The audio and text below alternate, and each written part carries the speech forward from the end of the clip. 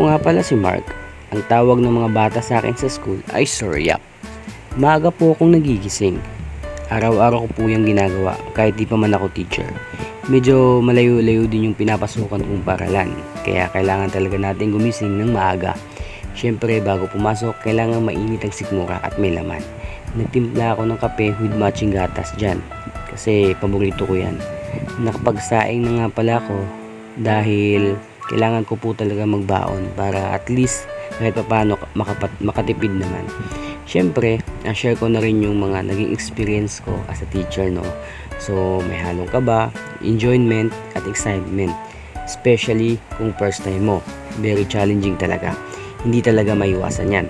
So, sa mga RQA or sa future teacher dyan, huwag mawala ng pag-asa.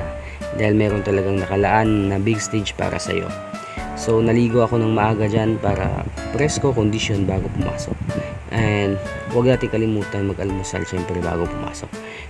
Chinek ko na muna yung motor kung flat ba, o may sira, o may gasolina pa. Daily routine ko na rin yan everyday, no? So, again, sa lahat ng future teacher dyan, aspirant teacher, huwag mawala ng pag-asa dahil darating talaga yung para sa inyo. Dahil, pag sumuko ka, that time, pinakita mo na hindi mo na talaga kaya. So, ganito nga pala yung ginagawa ko sa classroom, no?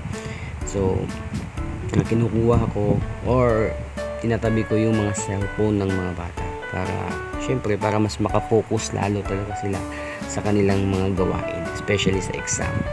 So, yun lang mga ka-lifestyle. Peace!